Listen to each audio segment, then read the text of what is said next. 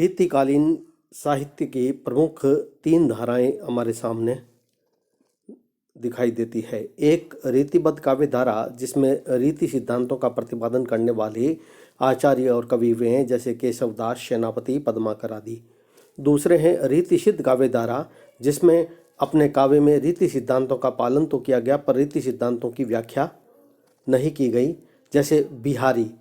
और तीसरी काव्य धारा है रीति मुक्त काव्य धारा जिसमें कविगण मुक्त भाव से कविता में अपने हृदय की भावनाओं को व्यक्त कर रहे हैं।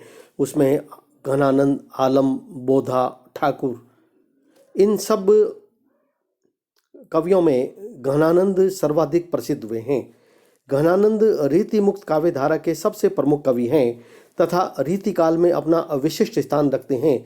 घनानंद ऐसे कवि हैं जो अपने हृदय की पीड़ा को पूरी मार्मिकता के साथ अभिव्यक्त करते हैं। उनके जन्म तथा देहावसान के संबंध में विद्वानों में अनेक मतभेद पाए जाते हैं। आचार्य रामचंद्र शुक्ल घनानंद का जन्म संवत 1746 के आसपास मानते हैं, तो आचार्य विश्वनाथ प्रसाद मिश्र इनका जन्म 1730 के आसपास मानते हैं। एक सामान्य धारणा घनानंद के संबंध में यह है कि इनका जन्म 1746 के लगभग और इनका देहांत 1796 के लगभग हुआ था। घनानंद के विषय में अनेक किंवदंतियाँ, अनेक कथाएं, अनेक तथ्य प्रचलित हैं। जैसे वे मुगल सम्राट मोहम्मद शाह रंगीले के दरबार में मीर मुंशी थे। वे पूरी तरीके से एक वियोगी कवि कहलाते हैं और इसका कारण यह है कि घनानंद दरबार की एक नर्तकी वेश या सुजान पर आसक्त थे और दरबार में मीर मुंशी के रूप में उनके प्रभाव से अन्य लोग काफ़ी उनसे ईर्ष्या करते थे। घनानंद को हर समय वे नीचा भी दिखाना चाहते थे और ऐसा कहा जाता है और माना जाता है कि घनानंद एक बहुत अच्छे गायक थे पर वे सार्वजनिक रूप से कभी नहीं गाते थे। एक दिन दरबारियों ने सम्राट से घनानंद के गायन की बहुत प्रशंसा की। उन्होंने सम्राट से घनानंद का गायन सुनाने का आग्रह भी किया। सम्राट ने घनानंद से ध्रुपद गाने का आग्रह किया पर घनानंद ने मना कर दिया। एक दरबारी कवि ने जब यह कहा कि यदि सुजान आग्रह करे तो घनानंद गाना सुना देंगे। घनानंद को उम्मीद थी कि सुजान उनसे गाने के लिए नहीं कहेगी, पर बादशाह की आज्ञा पर सुजान ने घनानंद से गाना सुनाने का अनुरोध कर दिया। इससे घनानंद को बहुत धक्का लगा और उन्होंने बादशाह की तरफ मुंह फेरकर पूरी तन्मयता से गाना गाया और बादशाह ने उसे अपना अपमान समझकर घनानंद को दरबार से निकाल दिया। घनानंद ने सुजान को भी साथ चलने के लिए कहा पर वो उनके साथ नहीं गई। इससे घनानंद बहुत आहत हुए और इसी से उनकी जो कविता का स्वर वियोग प्रधान अधिक रूप में देखने को मिलता है, उसका प्रमुख कारण यह माना जाता है। इस घटना से ही घनानंद की जीवन दृष्टि बदल गई और वे वृंदावन चले गए और इस सुजान के प्रति जो उनका प्रेम था वहाँ बदलकर वह प्रेम कृष्ण की भक्ति में बदल गया और राधा कृष्ण की भक्ति में उन्होंने स्वयं को लीन कर दिया। ऐसा कहा जाता है कि वे चैतन्य संप्रदाय में दीक्षित हो गए, पर इसे प्रामाणिक इस बारे में कोई हमारे पास जानकारी उपलब्ध नहीं है। लेकिन यह निश्चित है कि घनानंद कृष्ण भक्त कवि हैं। इनके जो लौकिक प्रेम से संबंधित जो उनके कविता हैं उनके बाद में वही अलौकिक कृष्ण भक्ति के संबंध में हमें दिखाई देते हैं। दरबार छोड़ने के बाद वे सुजान के विरह में इस तरह तड़पते रहे कि वही सुजान उनके काव्य का एक प्रमुख स्रोत बनी और उनके हृदय की जो एक गहन पीड़ा है वह उनके उस कविता में हमें प्रत्येक कविता में देखी जा सकती है। हर कविता में वे सुजान को संबोधित करते हैं और ऐसा कहा जाता है कि नादिर शाह के आक्रमण के समय कत्लेआम जब हुआ था तो उस समय घनानंद की भी मौत हो गई थी। घनानंद भी उसी मौत के शिकार हुए थे।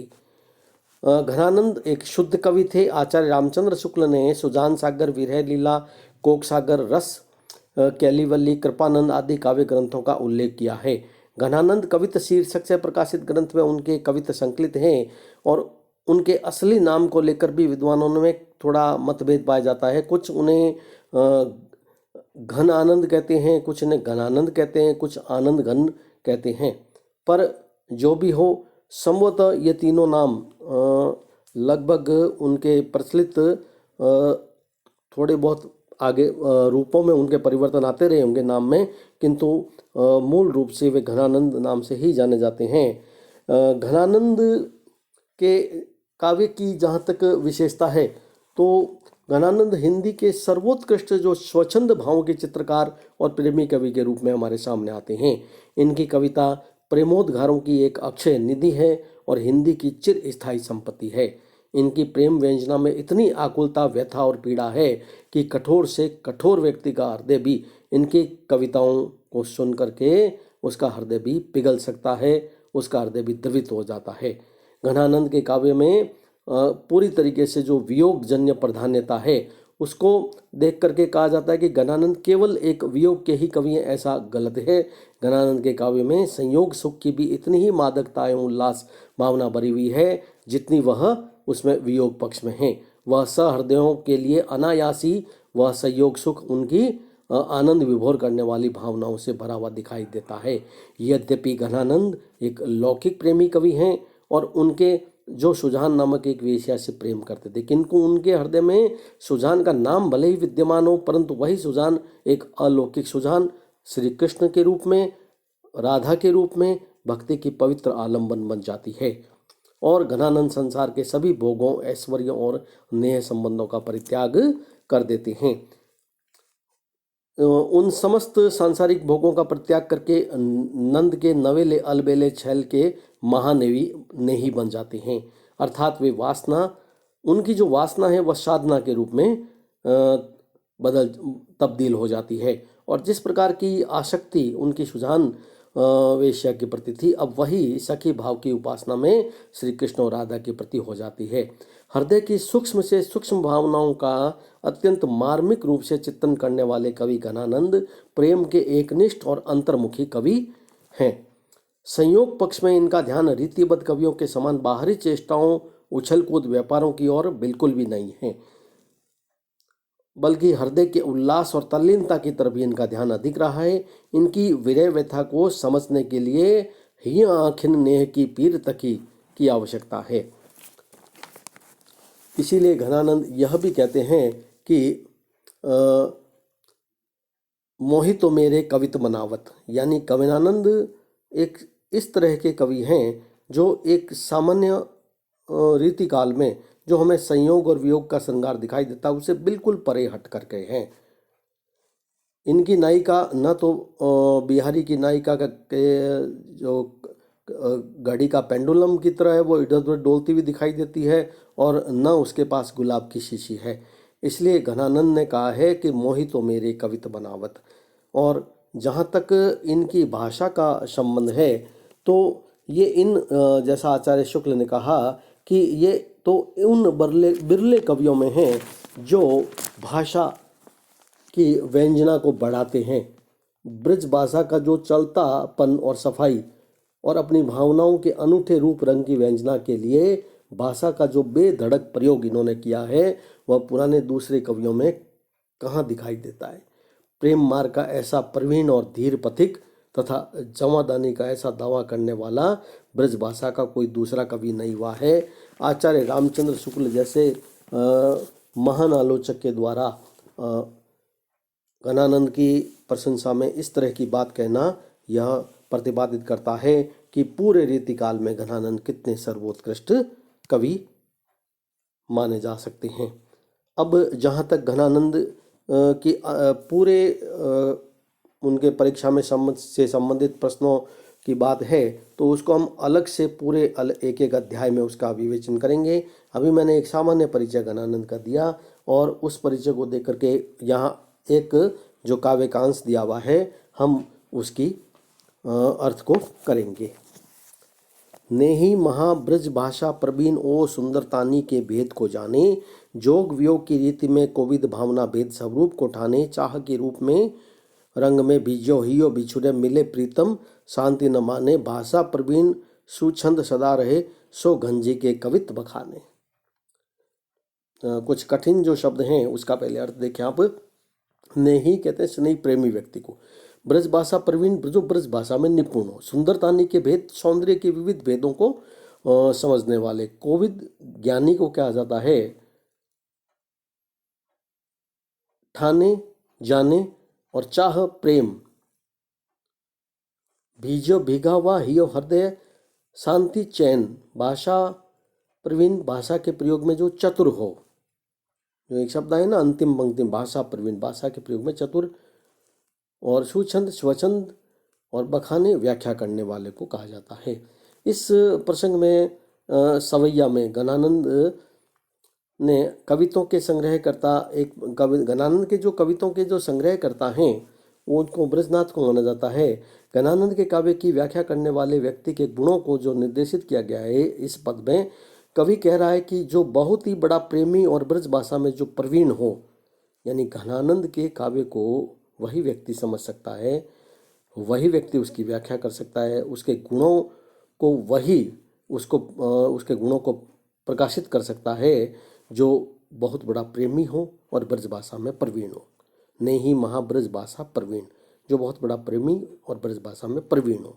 सुंदरतानी के भेद को जाने, जो सुंदरतानी काव्य के विविध जो पक्ष स्वरूप, जो रमणीयता के विविध काव्य के रमणीयता के विविध जो स्वरूप होते हैं, उसके मर्म होते हैं, उसके अंतर को जानने वाला हो। जो जोग वियोग की रीति में कोविद भावना जाने, जो संयोग और वियोग की स्थितियों में प्रेम के को अच्छे तरीके से समझने वाला हो। जिसका हृदय चाह के रंग में पूरी तरीके से भीगा हुआ होना चाहिए। चाह के रंग में भीजो, यानी अपने प्रेमी के रंग में पूरी तरीके से वह भीगा हुआ हो, प्रेम रस की भावनाओं को समझने वाला हो, जो प्रीतम से बिछुड़ने और मिलने पर दोनों ही स्थितियों में व्याकुलता का अनुभव करता हो। बिछुड़े मिले प्रीतम, शांति न माने। बिछड़ो चाहे मिले, चाहे संयोग हो चाहे वियोग हो, दोनों ही स्थितियों में वो शांति यानी चैन, शांति की अनुभूति करता हो, जो भाषा प्रयोग की सीमाओं से पूर्णतः परिचित हो। भाषा प्रवीण, सुछंद छंद सदा रहे। भाषा, छंद, अलंकार, इन सब के बारे में भी वह पूरी तरीके से परिचित हो और जो बाहरी बंधनों से भी पूरी तरीके से मुक्त हो। यहाँ सुछंद सदा रहे, सुछंद जो शब्द है उसको यहाँ हम दो रूपों में अभिव्यक्त कर सकते हैं। शब्द एक है, उसके अर्थ अनेक है। तो यहाँ कौन सा अलंकार हुआ? सलेस। एक ही शब्द के अनेक अर्थ हैं। सुछंद यहाँ जो छंदों को जानने वाले, और सुछंद जो बाहरी बंधनों को से पूरी तरह मुक्त हो। वह विद्वत और प्रेमी जन घनानंद के काव्य की ही व्याख्या कर सकता है, कोई दूसरा नहीं कर सकता। सो घन जी के कवित्व बखाने, वही व्यक्ति घनानंद के कवित्व के व्याख्या कर सकता है। तो इस पद के अंतर्गत महाकवि घनानंद के एक सामान्य परिचय जो मैंने आपको दिया है, और उस परिचय में घनानंद से संबंधित आप उसके संपूर्ण तथ्यों को अच्छी तरीके से समझ सकते हैं। और घनानंद किस तरह के कवि हैं स्वच्छंद काव्य धारा के, उसके बारे में भी आपको बहुत अच्छी तरीके से इस बारे में जानकारी प्राप्त हो गई है। कवि ने केवल घनानंद के काव्य की व्याख्या करने की यहाँ पर जैसे इस पद को जो रखा गया उसके अंतर्गत केवल घनानंद के कवि की कोई व्याख्या हम नहीं कर सकते, बल्कि घनानंद के काव्य के गुणों को समझने वाला व्यक्ति होना चाहिए, तभी घनानंद के काव्य को समझा जा सकता है। एक स्वच्छंद काव्य धारा के एक विशिष्ट कवि घनानंद की और प्रारंभिक पद में ही घनानंद ने स्वयं ही इसका संकेत कर दिया है कि वे परंपरा से अलग हटकर एक रीतिबद्ध जो कविता करने वाले हैं उस प्रकार के कवि नहीं हैं, वरन जो जोग वियोग, संयोग और वियोग दोनों को अच्छी तरीके से समझता हो, वही मेरी कविता को समझ सकता है। अलंकार अनुप्रास का प्रयोग, सलेस का प्रयोग इसमें दिखाई देता है।